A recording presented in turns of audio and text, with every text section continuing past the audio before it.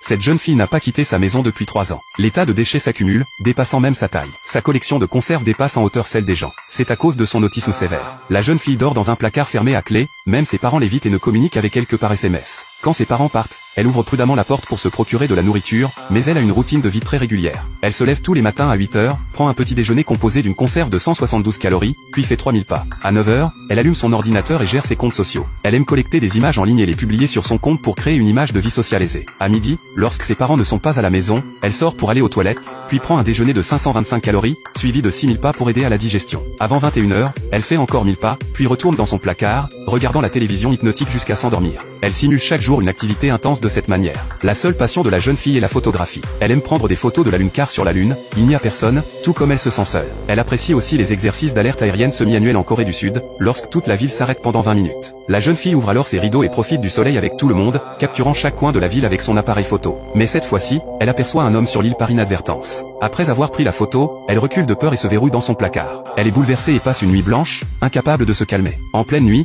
elle ne peut s'empêcher de regarder à travers l'objectif de sa caméra pour vérifier si l'homme est toujours en vie. Lorsqu'elle le voit encore, elle trouve enfin la paix. À partir de ce jour-là, observer l'homme coincé sur l'île devient un nouveau passe-temps pour la jeune fille. Elle le regarde passer de la consommation de champignons sauvages et d'eau de rivière trouble à la pêche habile à la récolte de fruits sauvages, voire à la culture de ses propres légumes et à la préparation de nouilles instantanées maison. Et le mot help l'écrit sur le sol au début. Le mot sur le sol a également changé de help à vélo. La jeune fille est peu à peu attirée par cet homme. Après un long combat intérieur, elle trouve enfin le courage de lui dire bonjour. Un soir, tard dans la nuit, elle se rend sur le pont et lance une bouteille à la mer en direction de l'île déserte. Lorsque l'homme le trouve, il lui répond joyeusement sur le sol, « Qui êtes-vous » À partir de ce jour-là, les deux commencent à communiquer de cette manière, bien qu'ils ne se soient jamais rencontrés en personne. Ils deviennent les personnes les plus importantes l'une pour l'autre. Jusqu'à ce jour où l'homme écrit un mot sur le sol. La jeune fille hésite pendant un moment. Elle a peur de l'effrayer avec son apparence, alors elle ne répond pas. Plus tard, l'homme écrit un message avec perplexité, mais la jeune fille ne répond toujours pas. Pendant ce temps, le compte de la jeune fille sur les réseaux sociaux est exposé, avec des commentaires critiques. Elle s'effondre peu à peu en lisant les commentaires et se replie dans son placard. Ce jour-là, une tempête violente éclate à l'extérieur, détruisant tout sur l'île. L'homme reste assis, abasourdi, sur le sol.